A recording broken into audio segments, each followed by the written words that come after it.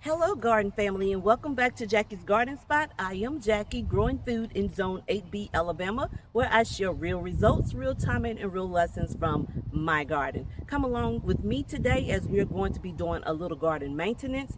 We're going to be succession sowing some seeds for the summer, and we will take a small preview of seeds into the fall.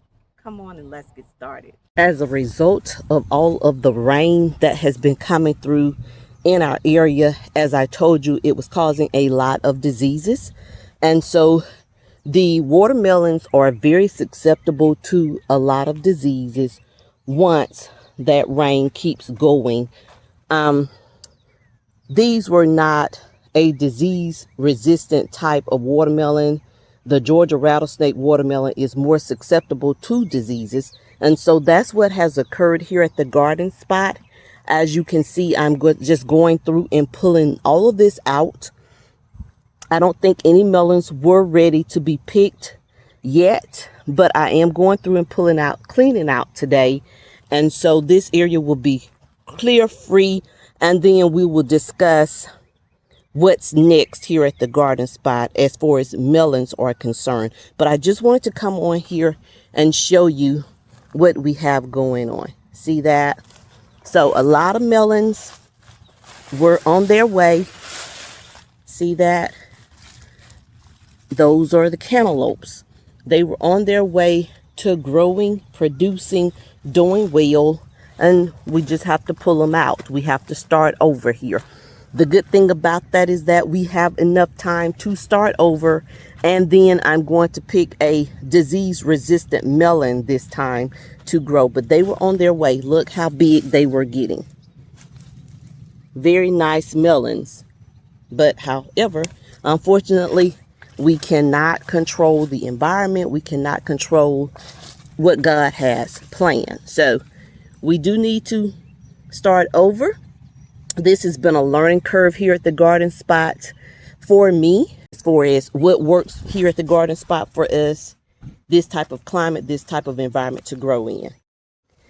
We are now over at the cucumbers. The same situation is occurring. I have gone in and cleaned out a bunch of leaves that were diseased in this area. I am spraying it. So we'll see what happens. We have harvested maybe 3 cucumbers so far from this particular cucumber vine. That's some more coming on here and down here. But as you can see, look at the leaf. It is getting diseased. This is one of the other type of cucumbers that we talked about last week. And so, yeah, we are looking at, that's another cucumber. And in case you missed it, this is called the Katrina cucumber. This is the China Jade cucumber. So we are looking at these and trying to spray them and keep abreast of spraying them for diseases. But however, we will need to start some more seeds, I'm thinking. Now let's talk about what we're planting now. What will be maturing maybe in September. So we're looking at doing, I would call it succession planting for the summer, and then looking a little bit ahead to the fall months. So let's discuss the early maturing corn right now. What I did was I went on Google and I researched my first official frost date for my area, which will be between November the 10th and November the 15th, which gives me well over 110 days to still grow some corn, to still grow watermelon, honeydew melon, tomatoes, those summer things of my choice that I wish to succession plant. So corn is one of those. And so this is what I am growing, the early sun glow corn. The early sun glow corn takes about 63 to 65 days to grow, as I'm remembering. 63 to 65 days to grow. So that's why I'm growing that one. It's a early maturing corn, sort of resistant to disease corn. It's going to be a shorter corn to grow. I am absolutely just ready to grow this one. So it has germinated. It's on its way. I'm going to maybe in the next week or so put it on out into the garden spot and see how it performs for us here. The other plant that I'm growing is called the Diva cucumber. I just showed you the cucumbers and how the disease pressure was affecting us here. The Diva cucumber is said to be excellent for disease pressure. It normally takes about 55 to 60 days to bring it from seed to table. Very early maturing cucumber. That's why I'm growing that one. And then let's talk about these melons. I am doing the sugar baby watermelon here. It has just started to germinate, as you can see right there. So I'm doing that one. And with that sugar baby, it normally takes between 75 to 80 days to bring from seed to table. So it should be maturing maybe early September for us. We should be eating some watermelons again. So yeah, that's the sugar baby watermelon. And then back here, it's Hell's Best cantaloupe, and as you can see, it is just starting to germinate here. Let me try to bring you in a little closer there so you can see that. See the little buds there coming up. And that Hell's cantaloupe will normally mature in 80 to 90 days. So we will hopefully get some cantaloupe there. This is called a Jacquie melon. It is sort of like a cross between a watermelon and a cucumber. It has already germinated and sprouted, and it grows these very long looking cucumber type plant fruit, but it is actually a watermelon instead of a cucumber. And then I started some more of the teddy bear. Let me try to angle you over here and down. I started some more of the teddy bear sunflowers because we didn't grow these. We didn't get any to germinate when I was trying to grow a lot of sunflowers, and I absolutely wanted some teddy bear sunflowers this year. So we did get 1, 2, 3 to germinate, maybe one to come up there, but I did put 4 seeds there. And so we have some germination of the teddy bear. I did sow some more of the bush beans. Only one of those have germinated so far. Maybe some more will come up. I am hopeful. So yeah, that's what we have so far. And then let's decide what we're sowing today as far as our seeds are concerned. Let's look over here and see. In these trays today, I'm going to do the AU Jubilant watermelon. With this AU Jubilant watermelon, it is a seed that has been trial and tested. It is known to be the most disease resistant melon out there. I'm just anxious to get this one growing in the garden spot just to see how it does.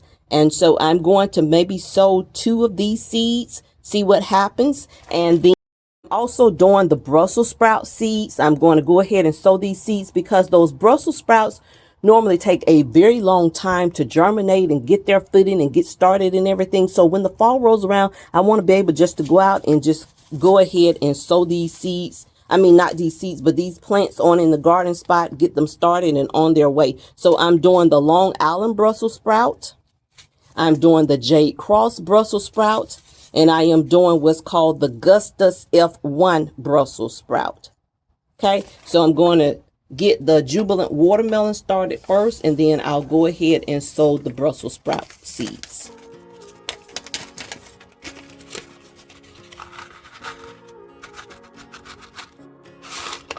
Since these are fairly new seeds, I just received them in the mail this morning. I'm going to go ahead and sow 1 seed per seal and see what happens.